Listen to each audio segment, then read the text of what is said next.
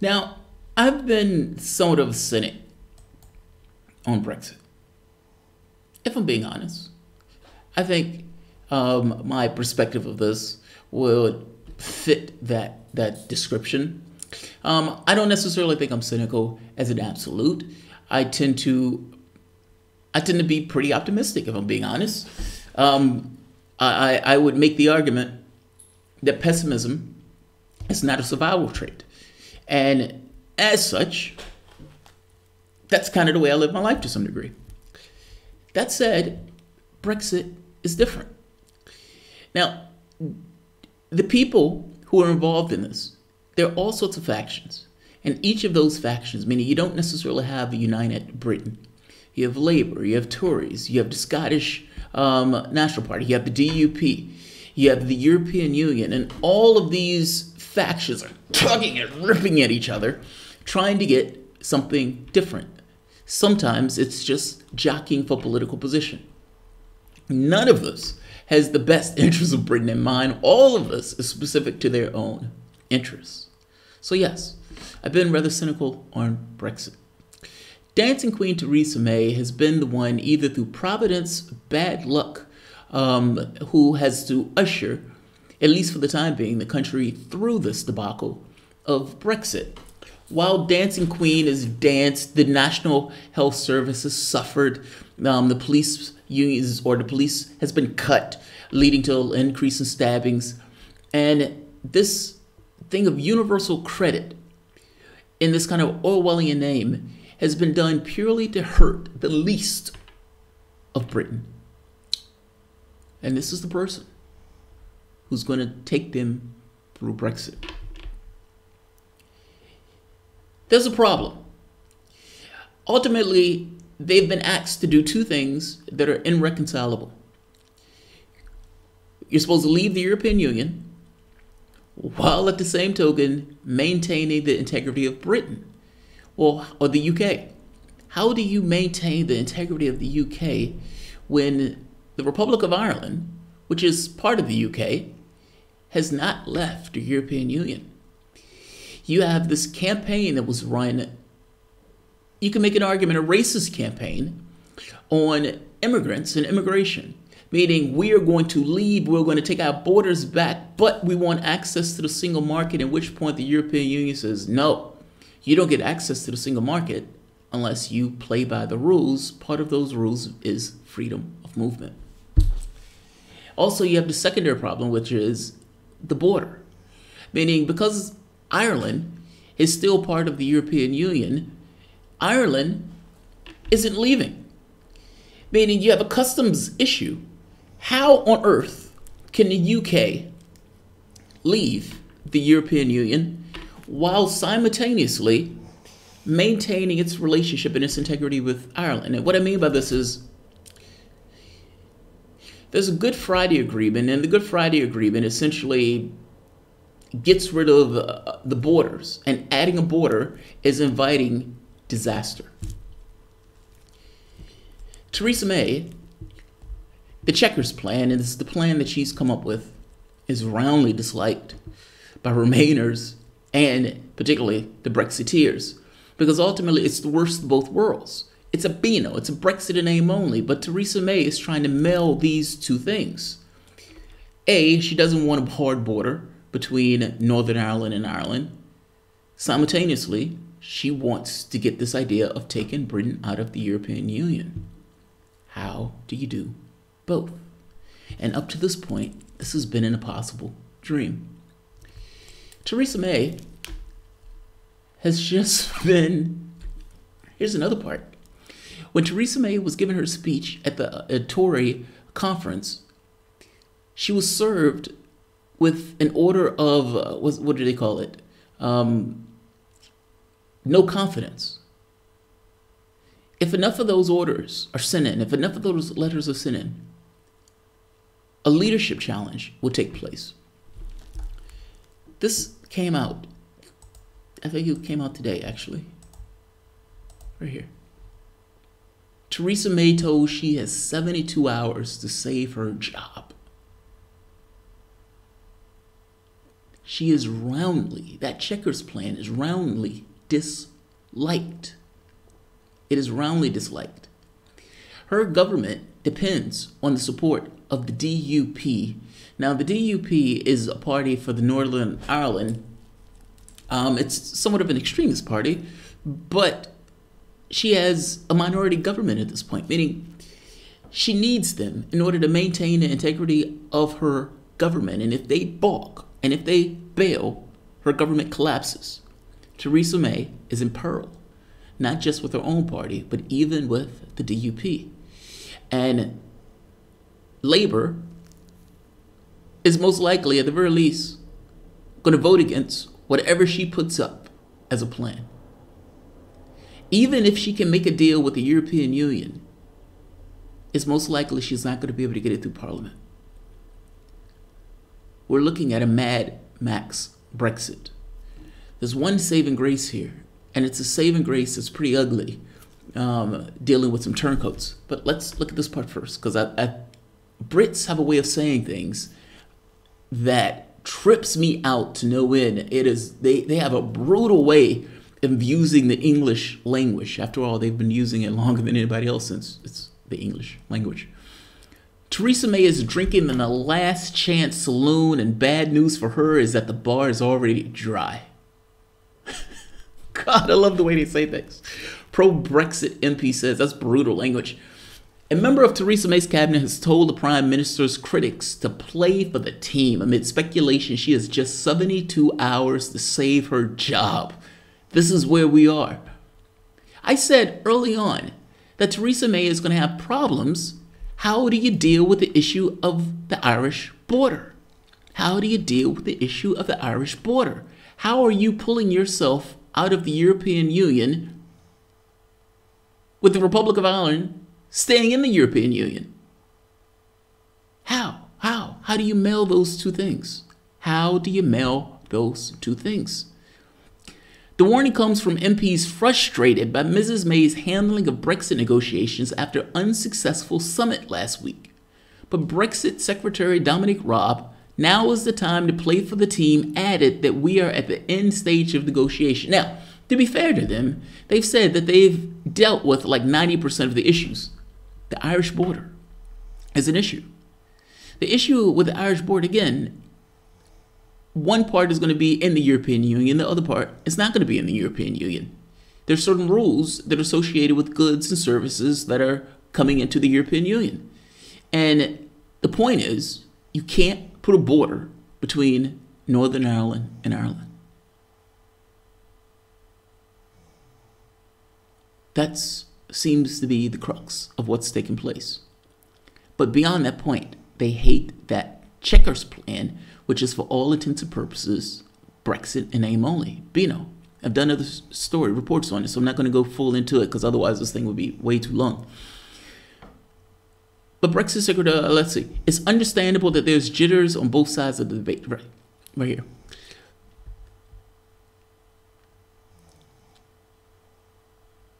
All right, right here. For no confidence vote to be triggered, 48 letters from the Conservative MPs must be submitted to the party's chairman, and some have claimed that the threshold could soon be reached. Brexit supporter Andrew Briggan told the Mail on Sunday that Mrs. May must attend Wednesday's meeting of the Tory 1922 Committee of the Backbenchers or risk making the letters go in even faster. He said, this week, Theresa May will find that she is drinking in the last chance saloon, and bad news for her is that the bar is already dry. God, I love that line. I love that line. I love that line. David Davis, a possible successor to Mrs. May, wrote in the Mail on Sunday that the Prime Minister has managed to anger not just Leavers, but ardent Remainers as well. This is a no-win situation. He's right about this. He is absolutely right about this. Just so you remember, David Davis was a gentleman that used to work with May prior as the Brexit Secretary, if I'm not mistaken, and he up and quit in this kind of dramatic show. Boris Johnson eventually followed in a dramatic show, screaming, "The dream of Brexit is dying." It was embarrassing for the Prime Minister. And if we're being honest, many other Prime Ministers would have failed at such a thing. But as a zombie, she lumbered on. It seems potentially not much longer. Even though, again, there is a respite that I want to talk about afterwards. He said that the EU has plenty to lose if the UK crashes out of the bloc with a deal in March, adding, "We should not allow ourselves to be bullied by the EU." Whatever, buddy. A number of anonymous MPs have quoted. He is insane. I'm sorry. The Brexiteers in this case are on something. And just so I'm clear,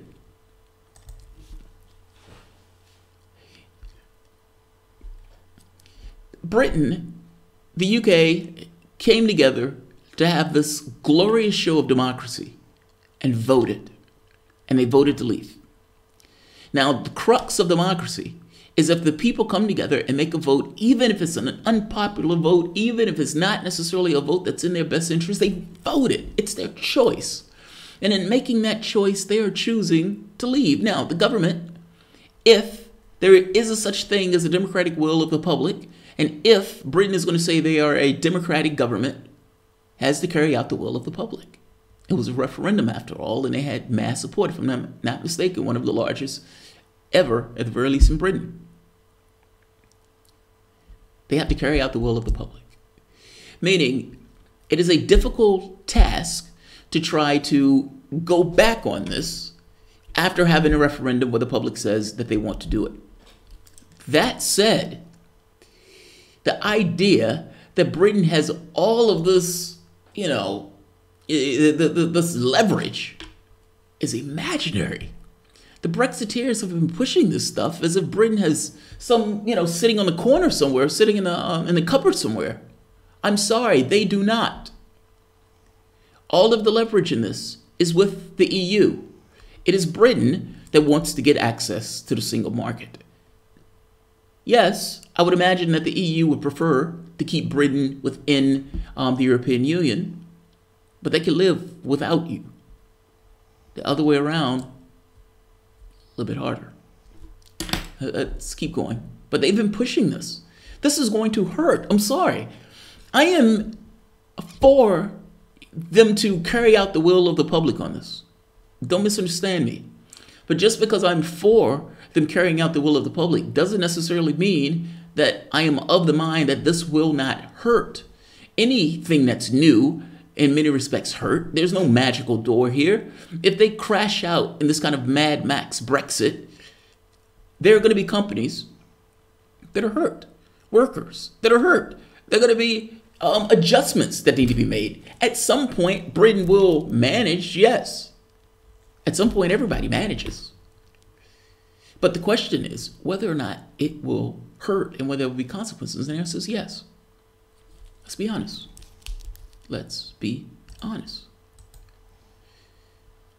A number of anonymous MPs have been quoted as using stark language to describe the Prime Minister's predicament, with one saying she's in a killing zone and another saying Mrs. May should bring her noose to a meeting with the backbenchers. Jesus Christ. Brexit Minister Suella Braverman declined to condemn such comments, but stressed that the Tories should try to stick together. Wow.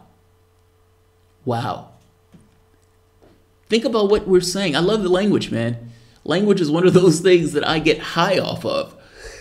She should bring her noose with her to any meeting with the backbenchers. Essentially, put yourself out the pasture. Be prepared to push yourself out the pasture. That's amazing. That's amazing. Let's keep going.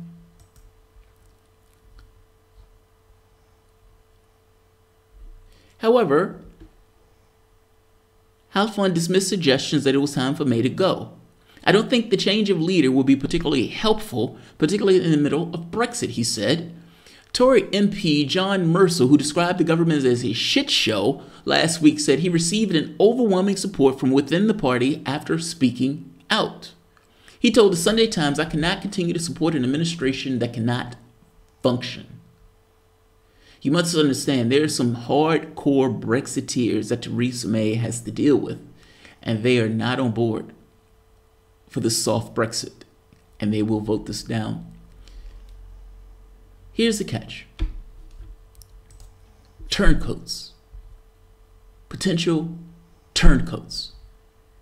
It's possible that the Tory government, or at the very least the Theresa May government, and this checkers plan that's assuming that she can get some kind of deal with Parliament or with the European Union may be saved by Blairites, by a bunch of Blairites that are turncoats on the Corbyn government and turn around and prop up the Conservative government in order to keep that government from collapsing because they know Corbyn will be next. I'll do that video in a separate video, but let's look at one last part. Labour has also added to the pressure on Mrs. May, proving that even if she can manage to strike a deal with Europe, that does not guarantee it would please Parliament. Shadow Brexit Secretary Sir Keir Starmer said the current situation was a mess for the Prime Minister's own making, a mess of her own making. Not technically hers, but yes, for the most part. Writing in the Sunday Times, he added, to say that things have gone very wrong is an understatement. Things could and should have been different. It's easy for you to say, buddy. You're not the one that's doing the negotiations. But at no stage has this Prime Minister has ever reached out to Parliament or sought to build a national consensus on a future relationship with the European Union. If she thinks Labour should prop her up because her own team won't back her, she can think again.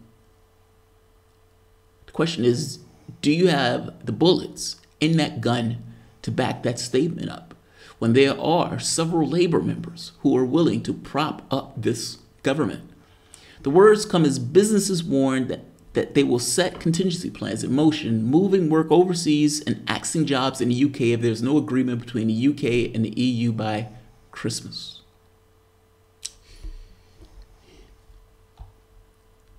The catch is, and the saving grace for Theresa may end up being Labour. There are certain Blairites, there are certain people who are looking for a baby soft Brexit who may actually support the deal that Theresa May comes up with, meaning that even though the Brexiteers may vote her down, members of Jeremy Corbyn's own government, turncoats, may turn around and prop her up. The best case for Labour would be to vote down whatever Theresa May puts out with the idea of trying to force an election. None of this has anything to do with Britain's best interests. All of this has everything to do with people in power trying to game and scheme in order to try to get on the top of the pile. But this is politics after all.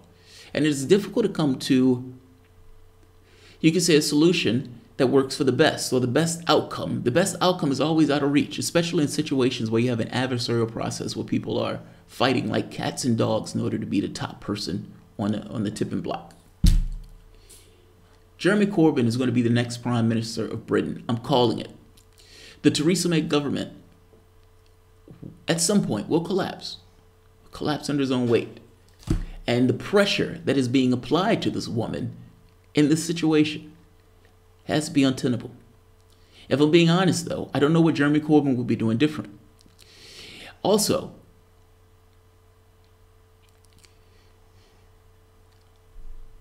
Labour may take a particular stance, but if Jeremy Corbyn wants to enact what Jeremy Corbyn is saying he wants to enact, this the programs that he wants to put forth, this massive investment into worker co-ops, massive investment in creating like an alternate funding source for actual industry and those type of things, that may run afoul of the European Union. Right now in Italy, the Five Star Movement, that is you could say a Brexit of its own, or not a Brexit, I guess you could say an Italian exit group, or a Eurosceptic, I think they call them Eurosceptics, have put forth a budget that the European Union has rejected because it's massively over debt. Italy has the second highest debt of the other countries in the European Union. I think it's like twice the amount that they bring in for the standpoint of the GDP. And the EU has essentially rejected their budget. You can imagine that Italy is going to tell the EU to kick rocks. What takes place in that situation? The things that are taking place in the European Union are phenomenally fascinating. I guess that's a tangent. That's a story that I want to do next. But I guess I'm going to say this. If Jeremy Corbyn wants to enact the plans that Jeremy Corbyn says he wants to enact, he may actually run afoul of the European Union. And a Brexit may be the thing that he needs to enact the strategies and the plans that he wants. By the same token, if they crash out of the European Union and the Tories remain in power, they are going to strip public services to the bone. They're going to cut taxes to the bone. Mark my words. Mark my words. But we will see. But Theresa May, at this point, is in bad straits. Let's see, who's here? Greece is getting crushed by, what was that part? What was that part? I missed it. Nicholas, any one credible story in the past 10 years means comments on Twitter don't equal lynchings. Brits have a brutal way with language sometimes. That's a fair point. Hey, isn't Texas gay panic defense state? What? I don't know what that means. I don't know what that means. That is a gross overstatement. Happened one time a disgusting tragedy. You can't indict a whole state for one hate crime, dude. Dehumanizing and whatnot. Greece is getting crushed by the European Union. Greece is getting crushed by the European Union. A lot of those Italian and Greeks anti-EUs are right-wing nationalists. You know, the wild part about it is they are. And the 5-Star Movement is a right-wing nationalist movement, but it's not right-wing in the sense that we think of it right-wing. I mean, these guys are out there putting a budget trying to give minimum wage, money for minimum wage or like a minimum income. They were investing in the state, meaning they were actually increasing the investment into the state itself, at least from my understanding of it. I'm going to do the story, but in my understanding of it, and the European Union was like, no, because we need you to run a budget. We need you to cut the amount of, we need you to cut your deficit. That's essentially what they made the point. We need austerity. And the Italian government said, kick rocks. At least they're going to say, kick rocks. They're not changing it. And not just not changing it, running on it. Like in the same way that Trump is talking about the globalists and all that stuff here, that's not just here. That is being used as right-wing talking points in various other places. In their scenario, in their situation, they at the very least have the European Union as an edifice where they can pivot against and say, these unelected bureaucrats are trying to tell us what we can do with our budget. And using the power of the state in this case to push back. It's fascinating politics. It's fascinating politics. Religion is the greatest evil man has ever invented. I don't think that's true. I would argue capitalism, but fair enough. Fair enough. Many fascist groups push populist policies, at least at first. Yes, Garden, that's true. Even Hitler. Like, one of the guys I like, Teak History. Teak History does history on World War II. He goes into the wars. Like specific detail of the wars. It's a fascinating channel. It's an amazing channel. He fucked up, though. He started talking about Hitler being a socialist. And people were kind of making a point to him like, dude, no, you're getting this wrong. Hitler was cracking down on workers owning the means of production. You mistaken just because he's calling himself National Socialist Party that he is in fact a socialist. Yes, he was using populist rhetoric, but using populist rhetoric is not the same thing as being a quote-unquote socialist. Those things are different. Hitler had oriented himself around this idea of a white race or an Aryan race. That's not socialism in any stretch of the word, and yet that's what he was going with. I'm agreeing with you in saying the populist rhetoric and everything else gets used. I don't necessarily know all the ins and outs of the 5-Star Movement. I do know they're a right-wing movement, and so to me, in my mind, I have a certain idea and perspective of right-wingers. And they're not to be trusted. Full stop. Full stop. Trina be fine, preposterous. No, I know Muslims who are quite civil, even more civil than us. Oh God. What's the conversation? What's the conversation? Yes, communism killed 100 million, but capitalism is the issue. Yeah, but that's always a bullshit response. I mean,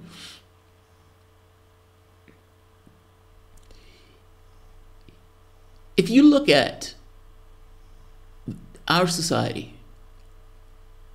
we scrubbed out the Native American population, like literally expanded to scrub out and committed an outright genocide.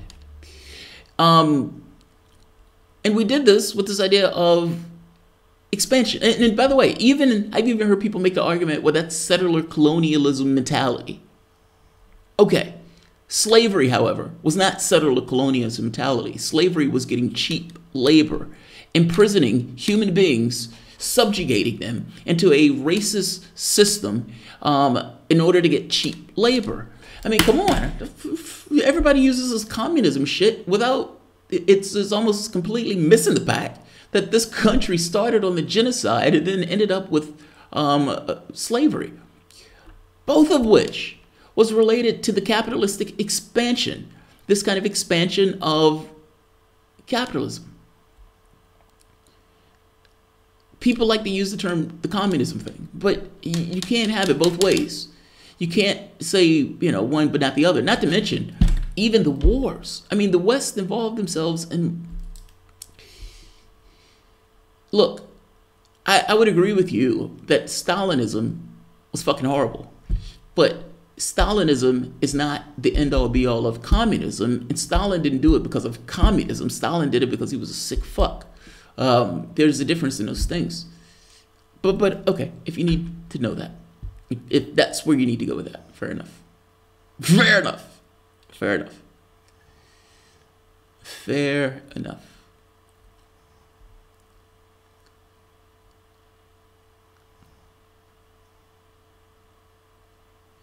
Israel has gay bars. Oh God, I love this. I love this. I have a troll. I love it because trolls usually say stupid stuff. All right, where is it? Israel has gay bars and women's rights, while Gaza has Hitler clothing stores and added Hitler in World War II. Yes, but they're also stealing and expropriating land and murdering human beings and having situations where they're literally have stolen other people's land. And while they're stealing other people's land, murdering those people as they steal that land. Come on. Seriously? Is that where we're going? Is that where we're going? But hey, the stealing and murdering, the murdering people is okay. The putting kids in prison and torture and all this other stuff, this nasty, horrendous behavior is okay because they have gay bars. Yeah. Good luck with that one. Good luck with that one. You can murder people and steal land as long as you have gay bars and you're okay with gays. Good luck with that.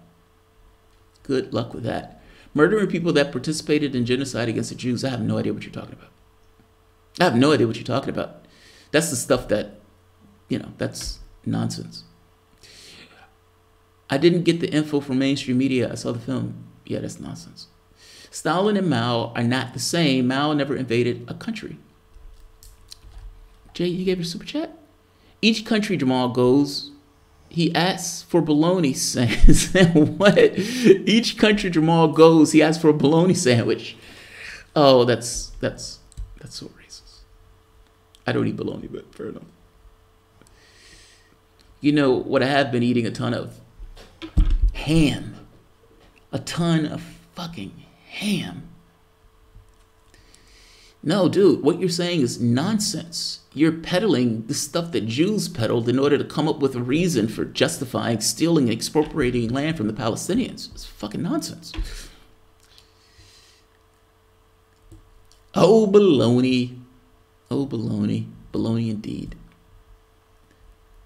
If you're going to be a troll, you have to at least, the new brown shirts. You have a fascist state. I mean, for all intents and purposes, they've called themselves a Jewish state. It would be It's if America said we are a white nation, but Israel can do it, no issue. But it's okay that they do that because they have gay bars. Because they have gay bars. This is nonsense. Preposterous, but training and arming terrorists to overthrow governments to steal their resources and enslave people is okay, brought to you by the United States government, by your government. Yeah, this is nonsense. He's a troll. I don't necessarily think he knows this stuff. They have to be a quote-unquote Jewish state because Muslims will kill them, because they are stealing and expropriating land. And this idea that Muslims will kill them, they are the ones that are doing the killing, and they are the ones that are doing the stealing. Just saying. What are your thoughts about the NLRB? I don't know what that is. What's the NLRB? Spell it out.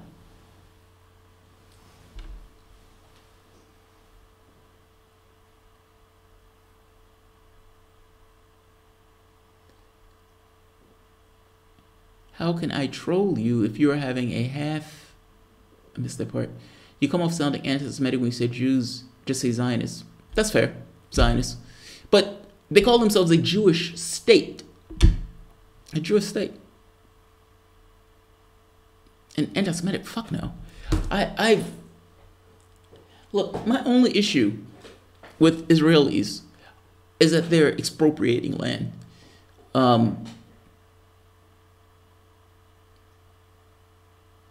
And this anti-Semitic slur stuff is, fuck that. You have somebody who's calling himself a Jewish state. Is what it is. National Relations Labor Board. Oh, Steve Thomas. I don't know what it pertains to. Yeah, I don't know what it pertains to.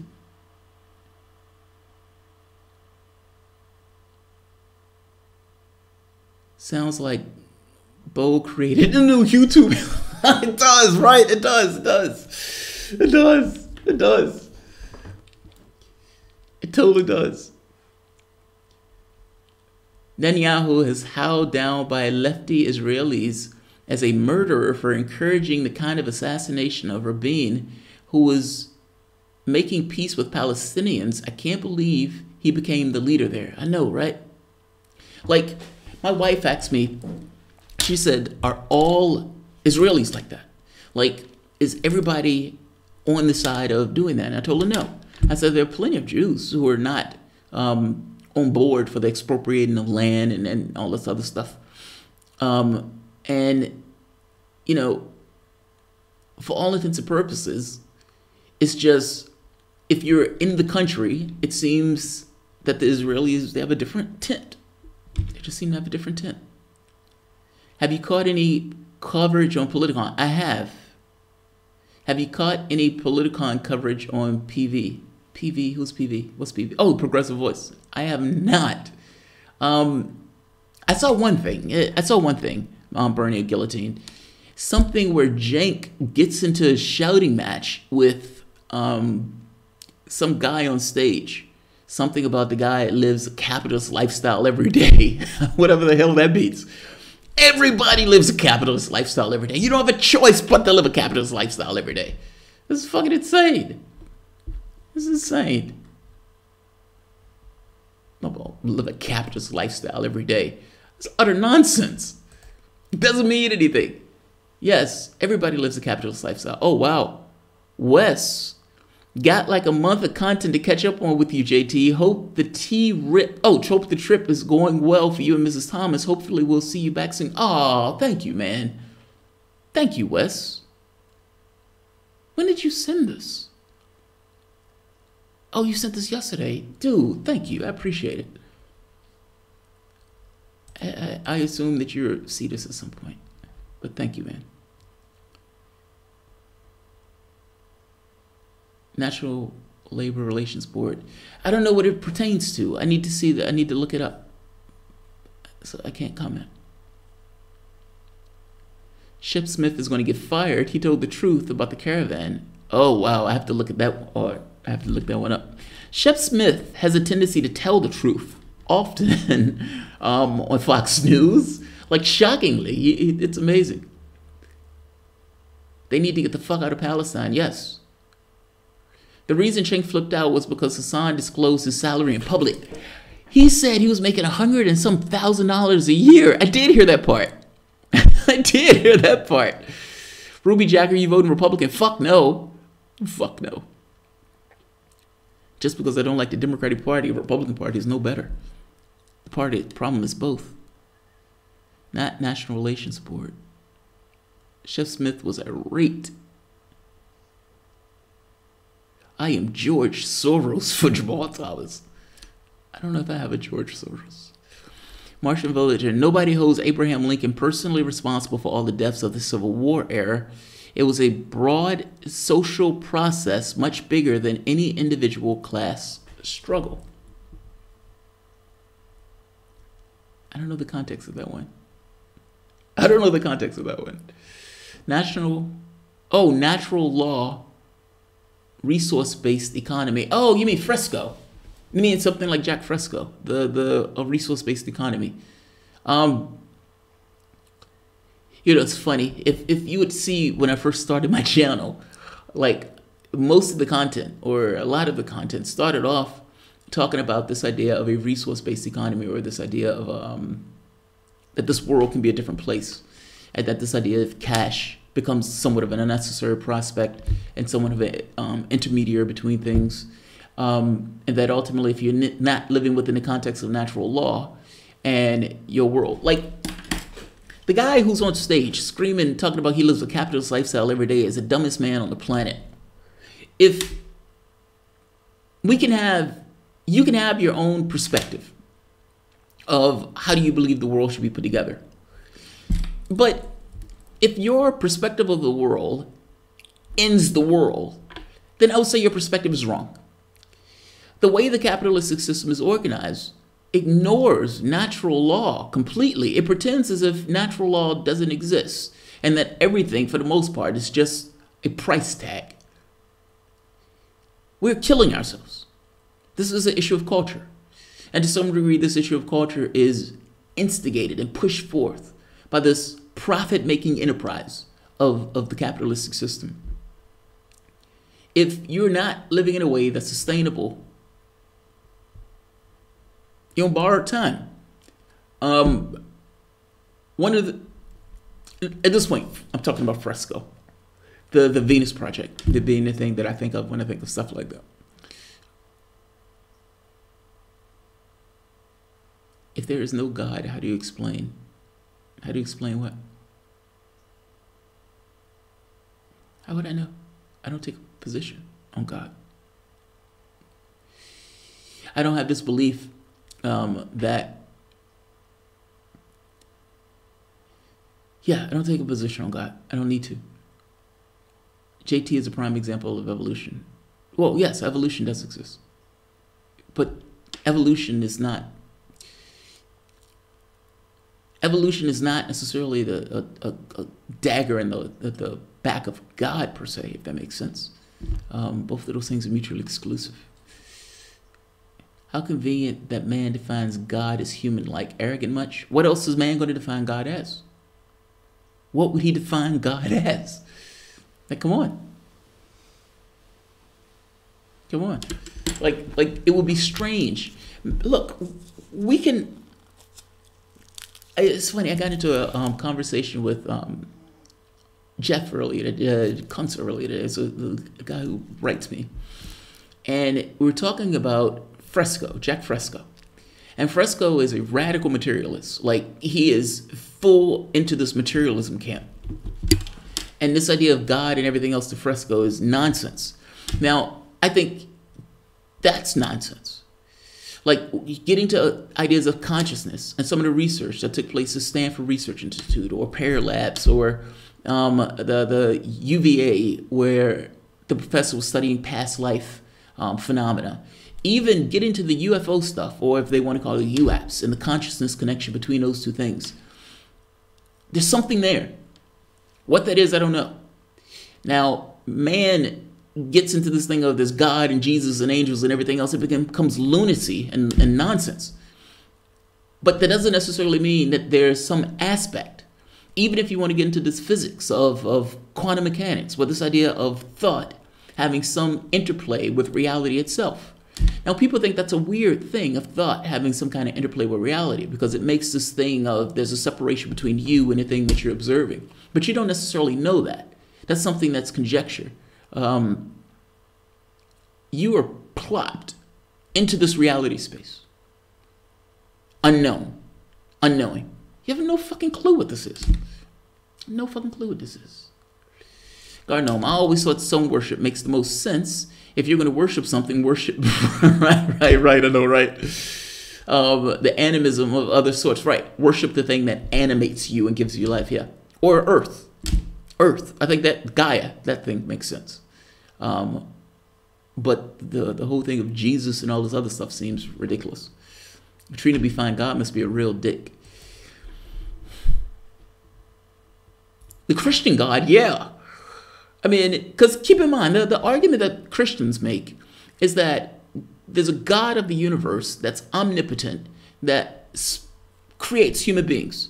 And he creates human beings solely for the point of worshiping him, which is right off the bat just somewhat of a dick move in and of itself. Now, this God of the universe is omnipotent, and if he is indeed omnipotent, then he has to know how you're going to be judged at the end of your life. Meaning he already has to know before breath is breathed into you, before you take one step on this planet, whether or not you're going to be condemned to hell. Yeah, he's a bit of a real dick. He's a bit of a real dick. Interest on money created to the financiers. You talking about as the worst crime? Is the worst crime?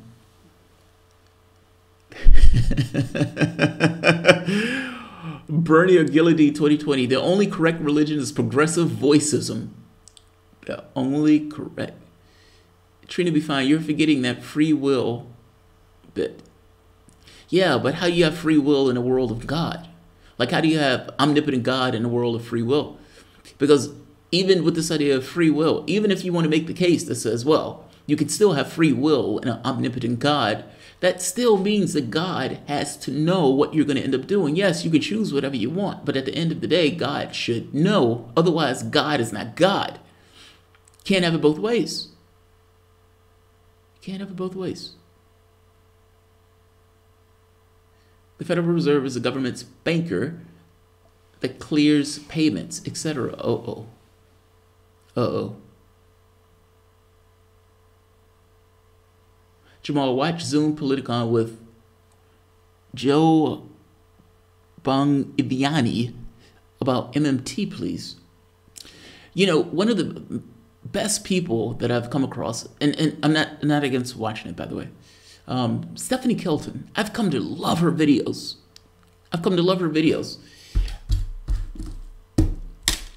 If Sanders or even... See, I don't know if Gabbard is going to run. Kelton would be the person in the back end. Trump would abolish the Fed. No, Trump is not going to abolish the Fed. I'm sorry. Trump is a creature of Washington at this point. He's one of those creatures in the swamp that he's been talking about. He's one of those creatures in the swamp. All right, I'm going to end this because this one has gone 43 minutes. And at this point, we're just talking about fuckery. Trump will be the downfall of the United States. Yeah, Trudy, but if we're being honest, that downfall was coming beforehand. Trump might be the full expression. There's a book. I've been touting this book because the book is so good. Nemesis by Chalmers Johnson. And I would say, look at his videos where he makes this argument about like micro-military engagements by falling empires. And he goes from the British Empire to the Roman Empire and how each of these empires have done things, especially during their decline, that hasten their decline. And where you can look at the behavior of the United States. Now, this was under Bush where he was talking about this. He wasn't talking about Trump. Like, in his mind, it wasn't going to get worse. In his mind, Bush was the worst. It's consistently getting worse. It is getting worse. He's the nail in the coffin, and he's in a hurry to destroy us. Have you watched the movie Idiocy? There's a movie called Idiocy. I suggest you watch it. It looks like we're there. looks like we're there. It really does. Wasabi mayonnaise. Okay, we've really gone into the bin now. No free will with a being of omniscience. Well, no, truly. I mean, I can do what I want to do. I'm left to my own devices to do it. What does that have to do with you knowing whether or not I'm going to do it? And beyond that point, there is no such thing as free will. At least I don't believe there's a such thing as free will at all. We're robots for all intents and purposes. I believe that there's an aspect of us that's us, but that's kind of like, it's like if you were talking to a physicist, let's say 1960s, and you tell him, you said, look, when you get to the speed of light, matter and space contort. Like the time itself contorts and bends. And he would say that's nonsense. The Newtonian physics hold true, and there's nothing to show that that can be true. Now, for all intents and purposes, that physicist who's talking about Newtonian physics will be wrong. When you get near the speed of light, relativistic speeds, yeah, space does bend, time does bend. You do get this lensing effect. In fact, satellites wouldn't work if it wasn't for Einstein's equations and from the standpoint of relativistic physics. But if you're just talking about most phenomena, Newtonian physics works. I think that way about this idea of the soul or this way of consciousness and everything else, for the most part, people are robots. There's an aspect to them that's them, per se, and there's that contorts and bends the device, but we are shaped by environmental forces. When I am here in Portugal, there's a cafe that's right outside. It's a cafe culture, pastelarias. And you would see people go and smoke and sit there and drink coffee and tea and all this other stuff. And each morning I get up, I get a tea, and I write the shows that I'm going to do for the day. Eating a sandwich. My behavior changes based on the environment that I'm in. That's everybody, though. If you're born on the planet Vulcan, you act like a Vulcan. When I was in Egypt, I smoked a ton of shisha. When I was in, this country, I did this or that. Like, your behavior is conformed and shaped by the environment to which you're encountering. There's an aspect of you that's you, yes, but you're shaped by those forces. If Superman had landed in Germany, Superman would have been a Nazi. He would have been a good Nazi. He would have still had those aspects of him that was him, but he would have had those aspects in the context of him being a Nazi. Just like if he was born in Soviet Union, he would have had those aspects of him as a communist. Like, we're shaped by our environmental forces. I think that's perfectly true. I think that makes more sense in the world. The most mind-blowing thing is we approach the ability to simulate reality, that reality will evolve to where we can simulate reality, so on, we will believe that the genesis of that spectrum. Yes. Yes. If you were born on Vulcan, would you smoke a ton in Egypt? That's a good point. That's a good point. But if you were born on Vulcan, but you're still kind of making my point. If you're born on Vulcan, the behaviors and the characteristics that were associated with you being on that planet shapes who you are. That being said, if you were the same individual but you were born in Egypt, you would behave as an Egyptian. I think the logic still holds true. Me, based on who I am, my behavior somewhat changes because I'm more malleable in this regard. Would a Vulcan do it? Depends on how much they want to experience Earth. Bernie Sanders, the simulation theory is bullshit. I have no idea why you believe that. I have no idea why you believe that. Jamarl, can you invite Stephanie Kelton to your show? I have. I've invited Stephanie Kelton on this show more than one occasion. I'll try it again, but you guys overestimate my reach. Simulation theory is bullshit. Holographic. universe is more promising. No, it is not. Actually, the simulation theory makes more sense than a holographic universe. Like, look up Tom Campbell. Tom Campbell has a really good thing on this. In fact, Tom Campbell is trying to do a physics experiment to try to nail down whether or not this is a simulation. Look up Tom Campbell. Look up Tom Campbell. All right. I'm going to end this here. If what was this? If we weren't robots, psychiatry marketing would not work on us.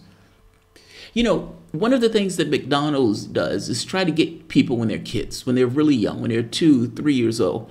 Because what their research shows is that if you can get a kid when they're 2, 3 years old, you can pretty much have that kid for their entire life.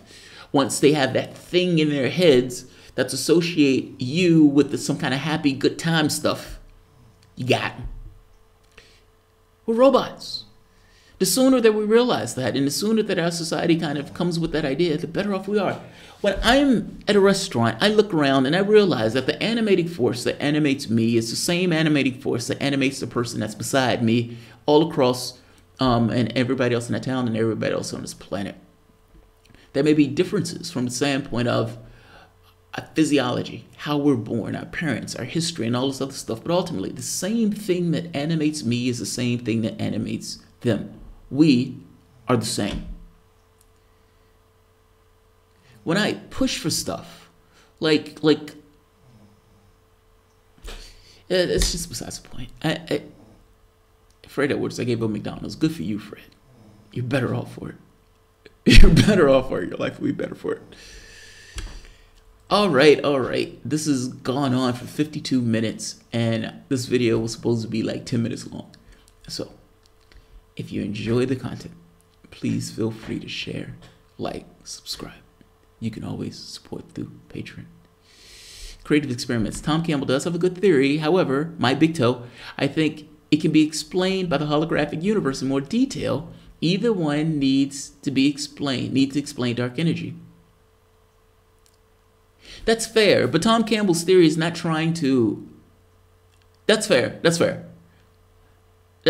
But Tom Campbell's theory is not trying to explain dark energy. His theory is not trying to do that. Look, the thrust of his theory, or the bulk of it, is that the double slit experiment doesn't make sense in the context of a material world.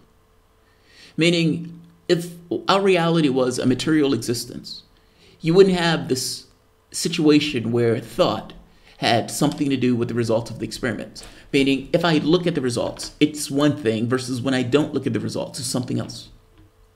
It wouldn't care what you think. It would just choose one side or the other, not both. That makes all the sense in the world. Now, modern physics looks at this, and as each plank of physics, meaning the material world, gets pulled away, they still hold on to the materialism. Tom Campbell's point is, this is most likely some level of a simulation. Now, simulation, you need to put that in context. Not simulation in the way that we would think of a simulation, but simulation in the sense of this idea of real and reality in of itself. Because if it is a simulation, what does the concept of real even mean? Like, Tom Campbell is fucking phenomenal, man. He's fascinating. He's fascinating. What? Jamarl goes to Italy and Google's nearest Applebee's. Oh, God. You know what's funny? We have had McDonald's. Not since we've been here, but since we've been here when we're in Egypt. I've lost weight. I've lost weight because my diet and the stuff that I eat is limited. I don't have a huge choice. This is one of those things where I was raised on... My mom, when she was being brought up, they forced her to eat stuff she didn't like to eat. So, again, conforming to her environment, when she said, when I have a kid, I am not going to force that kid to eat weird shit. And so she did. She didn't force me to eat weird stuff. So I grew up not eating stuff that I didn't particularly like, which meant that my diet became somewhat limited. Now, as I got older, I started to add more stuff to it, but somewhat of a limited diet. My wife doesn't necessarily have that issue. My wife tends to have a much more wide variety of diet, and she's more willing to eat stuff. I had a harder time in Egypt than in Portugal. The food here is fucking phenomenal, and so it's like you tend to eat more, whereas in the other country, not so much. Nobody is looking for McDonald's in Portugal. Maybe in Egypt, yes, but not in Portugal. Not in Portugal. I love watching opposite stuff. I don't know why I love watching shit I disagree with. Martian Villager. Oh, that's funny. That's not bad, Martian Villager. And it depends on the disagreements.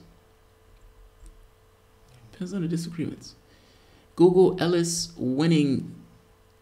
No, it's not Willing. I think you're trying to say Willing. I know you're trying to say, but I can't think of the guy's name. Winningham, something like that. Get some calamari, man. Yes. Not calamari. We had mackerel, because you know the food here is cheap also, so it's like dirt cheap. Like you can get, like at the cafe here, a ham and cheese and a tea for like $1, like $1.50. Dirt cheap. That's it, Ellis Willingham. Dirt cheap. So we ended up getting mackerel, where the guy, like he grilled it with, you know, spices and just a shitload of oil, because they use a ton of oil. No, man, it's good. It's good. I'm scared to eat ocean fish, mercury alone. Life's short, man. You're gonna die someday. It's dirt cheap to you. Fair enough. Fair enough. $1 to somebody is thing, but who else am I talking about? Am I saying it's dirt cheap to some random person? No, I'm saying it's dirt cheap to me. Who are the people you're trusting slipping progressive economics in your ear? Who are the people you're trusting? Hard to find good fish. Depends on where you are, right? If you're on the ocean, it's relatively easy. I sometimes watch clips of mainstream media. I don't know why.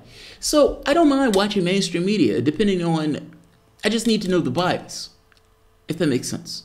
Like everybody has a bias. And so if I'm watching RT, I know that the bias is Russia, of course. If I'm watching, mainstream media, they're going to have an American bias. So the narrative is going to be closely aligned with whatever the government comes up with, especially on issues of war. On issues where they dislike Trump, where they're going to diverge from Trump, in which case they're going to use it as a pivot to attack Trump. I just need to know the bias with whatever I'm watching. The bias is so extreme. It depends on what it is. John Hill, you're not a murderer. Yes, that's true. John Hill, I take that. I take that. I own it. I own that. I own that. I own that. I totally own that. Look, I am one of those people that I don't understand the argument that people make where they try to say killing a cow is okay. Killing a person is not. Both are mammals. Both care for their kids. Both care for their lives. Both, you can go down the list. One is okay. One is not. Yeah, I accept myself as a horrible person for that. France 24. France 24 is actually pretty good. I like France 24. I like France 24. Tucker sloppy sloppy seconds. That's funny. All right, I'm gonna end this because it's like 1 a.m. here. All right, guys. I enjoy doing this one, fucking around with the audience. I haven't got the chance to do this as often. Have you talked about the caravan? I haven't talked about the caravan. I got to be honest. I haven't necessarily known what to think about the caravan. I saw it going around. The United States was instrumental in the coup in Honduras. And we have instigated ourselves into South American politics for the last God knows how long. It is rich for Donald Trump to come out saying that these guys are invading state sovereignty and all this other stuff. It's amazing. But I don't necessarily know. I haven't seen everything associated with the caravan, so I haven't necessarily did a story on it. And not to mention, I'm like 4 stories behind as is. Oh, there were 3 that I wanted to get to today. I try to get 4 per day. I try to. On days where I have treatments, I don't get as many, but I try to. I heard there was a troll in here, and I'm like, wait, that's my job. Yeah, there was a troll in here. He's given false history. But that's all right. It happens. What about Sears Redacted tonight? Had a cool segment. He ran it like a hedge fund. Who are you talking about? And Honduras went from 175 million to 15 million under Trump. What do you mean, the amount of money that he was giving them? Jay Scott is not the troll. You're not the troll, Jay Scott. You're not a troll. Disagreeing with me doesn't make you a troll. When Obama deported thousands of Hondurans, no Democrat cared. That's true. Good thing Trump is president, whereas Democrats wouldn't care. Oh, that's funny, right? That's funny. That's funny.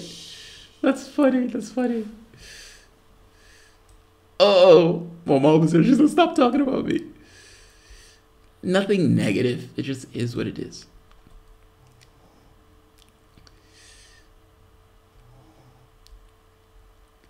More pain delayed 8:30.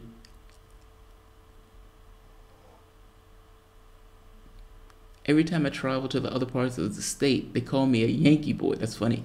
The money went from fighting gangs, drugs, and unemployment. Oh, wow. You have a racist president that said Mexicans are racists and rapists and drug dealers. What do you expect that racist president to do? What do you expect them to do? The progressive voice sounds like cow. I'm not touching that one. I'm not even going to touch that one.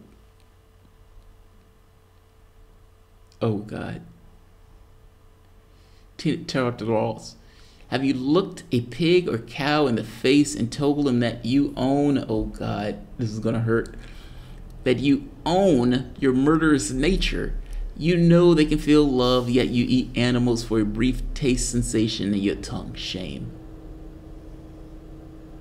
You all right? You all right? I mean, look, you're right. I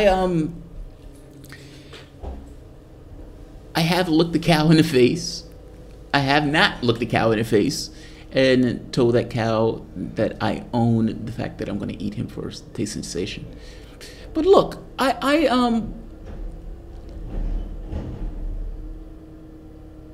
these things are environmental. I mean, like honestly. Like somebody has a particular behavior for the past 30, 40 years. And, you know, I understand some lefties are hardcore vegetarians. And I agree with them on that particular lifestyle. But not everybody can pull that off. At least, you know, there are other considerations. But yes, I have looked the cow in the face.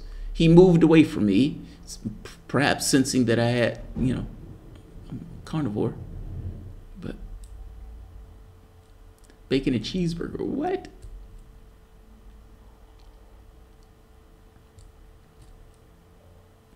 All right, let me end this. All right, guys. Snobby ass cow. Snobby ass cow. Wasn't just cows, it was camels too, where they would just walk away. I have this video with a warthog. My wife, we were going to, it was an elephant sanctuary. It was the elephant sanctuary. And as we were walking through the gates, there's a bunch of warthogs that comes running through, and my wife is like, his tail is wagging. And it's like, he's not a dog. He might be ready to charge you and hit you. It's not my fault cows are delicious. Oh, man, that's where I am. And by the way, I'll end it on this. Dark roasty, the damn cow farts. So, you know, the cow things, the animal agriculture is one of the leading drivers, if not the leading driver, depending on who you talk to, of climate change. They found that they can lessen the amount of methane, and methane, one of them, by changing their feed. Meaning, when they gave them a different diet, they were able to cut down the amount of emissions by like 90%. That's fucking phenomenal. Like, that's amazing. That's amazing. That's absolutely amazing. It screws with the argument, methane, thank you, Fred. It screws with the argument of, you know, this is a leading driver of climate change, in which case we need to stop eating these animals, which is the argument that I liked. And if I'm being honest, if I was raising a kid, I would probably raise a kid to be a vegetarian. So there's that. Give me a little bit of credit. Monsanto's poison, yes. That guy won that case, and the judge upheld that verdict. Fucking A for that judge. Fucking A for that judge. All right, guys. Y'all have a good... Well, it's 1 a.m. here, so y'all have a good and decent night. Be safe and kind to one another. Thanks all.